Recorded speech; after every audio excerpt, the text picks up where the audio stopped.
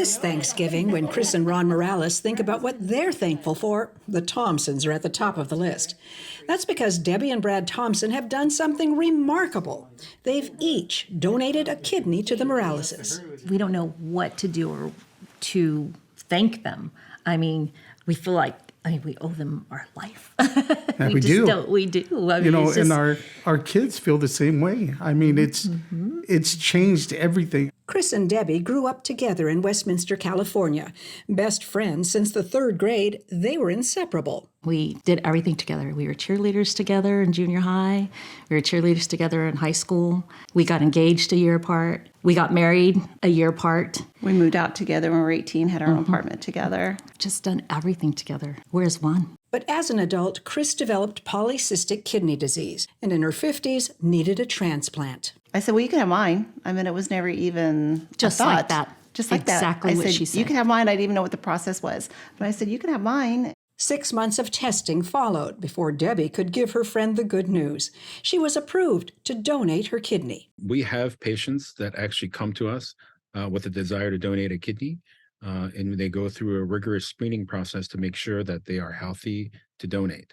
The process takes several months, but in the end, you're able to save a life. The transplant in 2015 was a success, and the friendship grew even deeper. She calls the kidney, or we call the kidney, Lil Deb. Lil Deb. That's the name, Lil Deb. She goes, Lil Deb's doing good. But 5 years later, the unthinkable happened. Chris's husband, Ron, found out that he, too, would need a kidney transplant. And soon, he was in renal failure due to diabetes. We just couldn't believe it because we're like, there's just no way. There's just no way that he's in kidney failure. I already went through kidney failure, and then now he's going through kidney failure. But just as quickly as Debbie had stepped up, her husband, Brad, offered his kidney to Ron. He called me up over the phone, said, hey, I hear you need some extra body parts, is what he told me. I'm like, what is he talking about? Extra body parts?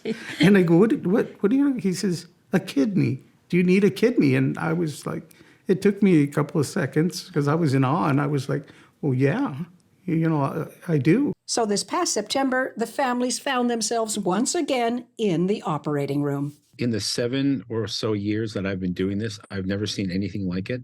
This surgery was also a success. Ron is feeling better than ever. Brad feels great as well. He just doesn't want too much fuss. I said, you can't call it little Brad, and you can't bring me flowers every year on the anniversary like Chris does. I'm glad that they were able to find each other. I know that they are very close friends, and with Thanksgiving coming up, they have something extra special to be thankful for. When I spoke with Mr. Morales last, they had plans on retiring together and traveling together, and because of the transplant, they have many more years of traveling and enjoying their retirement to come.